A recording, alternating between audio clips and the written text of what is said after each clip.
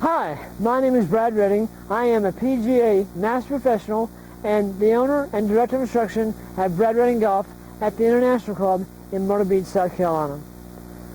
This is another edition of the Teacher's Corner sponsored by the Carolina PGA. What I want to do today is help you understand some things I do at the beginning of a lesson to make my lessons more effective and make me much more prepared to give that lesson.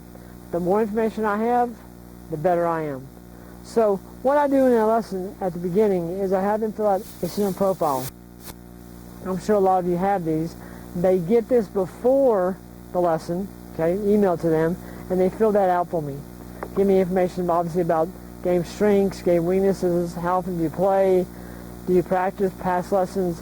Information is going to really help me become what kind of golfer I've got coming to me that day.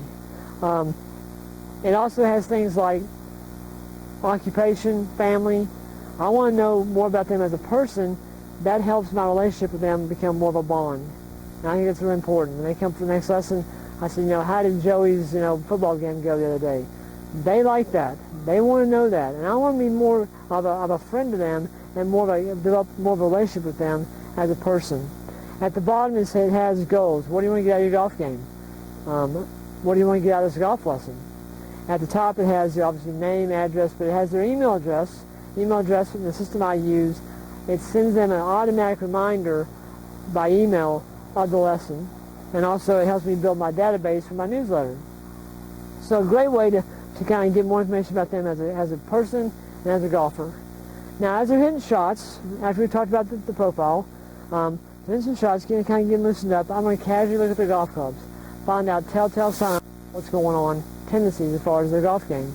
Toe and heel marks, sky marks on the driver, scuff marks.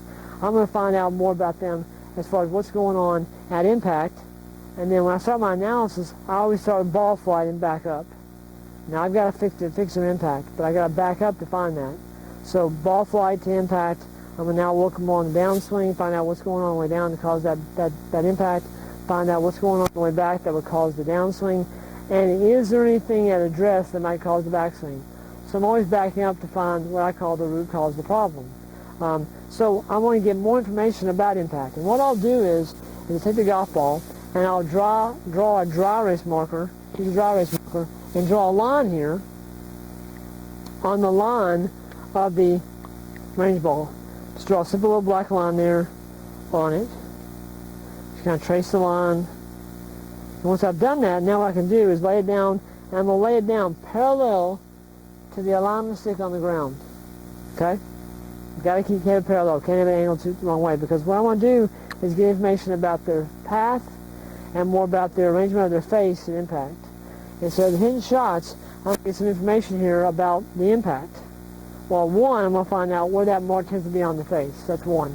Two, I'm going to find out more how the clubs are arranged at impact. Is it toe down or heel down? So with the ball here, if it was toe down, the mark would be angled more towards the heel. Okay? If it was heel down, the mark is angled more towards the toe. So I'm getting information about how the clubs are arranged at impact. And again, as we may ever know, some people, it might be a club problem, but more often than not, it's more of a path problem that causes that to happen. So I'll do that. As we go hit more shots, I'm going to kind of keep that going. Instead of marking the golf ball every time, all I'll do is take some spray here. This is just Dr. Scholl's spray powder. Put it on the face, hit some more shots, and I'm getting more information about what's happening in impact with the ball. So that's pretty helpful, because once it's not in the center, then everything else goes out the window. I got to make sure I catch it more in the center face and help them understand what's going on there. So after you've done that, hit some shots, I want to see basically three clubs. I want to see a driver, mid-iron, and a wedge. And I want to see all three of those before I even begin a lesson. I want to see the ball flight with all three of those.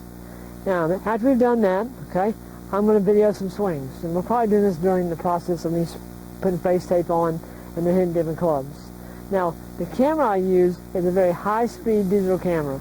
It's a Casio EX-F1.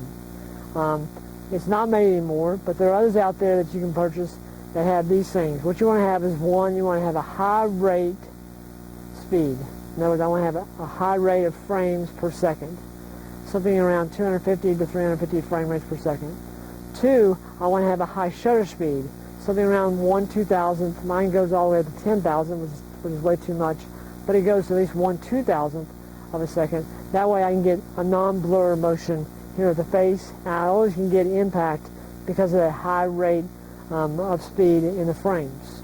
So you want to invest in a quality camera that will help you with that. I think people are starting to expect video more and more and more. It's not something special. I mean, I've been using video since 1992. Okay, so it's something that I think that make you much more effective as a teacher and make you get better diagnosis when you make your correction.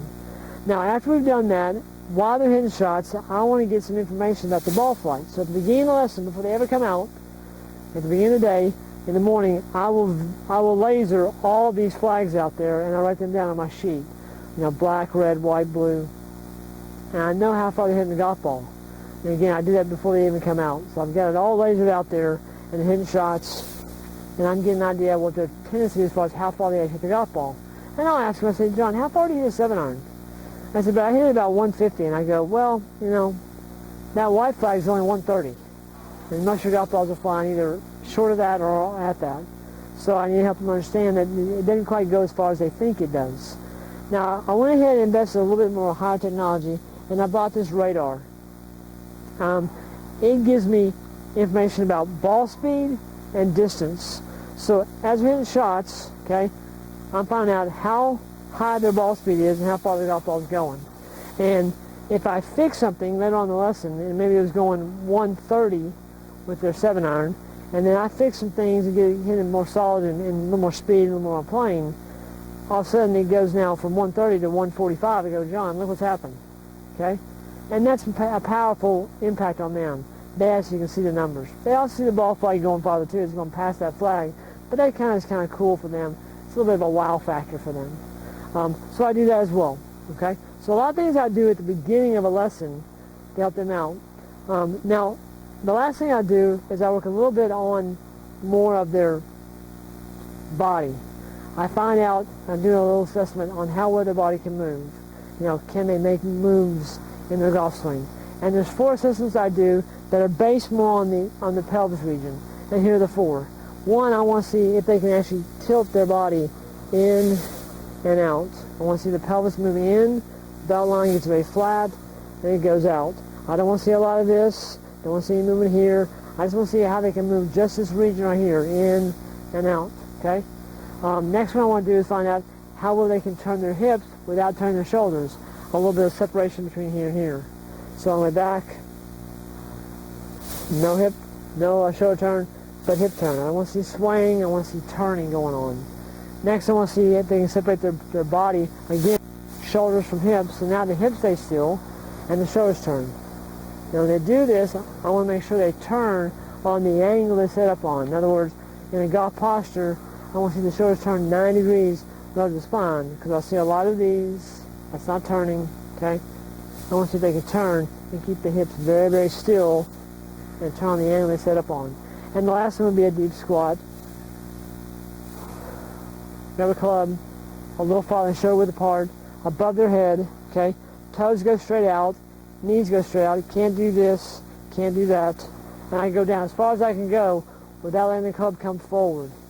Okay, so I get here, I go all the way down as far as I can go without letting the club come forward. And then back up again. Now, a lot of people can't do that, but it gives me information on if they can stay in their posture better on the way through. It gives me information, okay? Those assessments there with the body is about 3 to 4 minutes. It's not very long at all. So all this process here took me roughly about 5 to 10 minutes. That's it, okay? Now I'm ready. Now I've got the video. We go inside. We start working on the golf game. So I've got all this done here, and here's what's happened. I've got 1, I've got ball contact. I 2 understand more about the path of the golf club based on the video and also the impact with the line on the ball. I'm finding out ball flight, obviously. I'm finding out more about their body. I'm finding out the assessment of their body. So I'm finding out all these things, all these parts that are going to make me much more effective as a teacher and a much better instructor, because now I'm prepared to give them a correct diagnosis. So I'm sure if you'll work on some of these things, take some of these tips I've given you, about helping your golf lessons. I'm sure you'll be much more effective. You'll create much better students. I'm sure that'll get your teaching to stay on plane.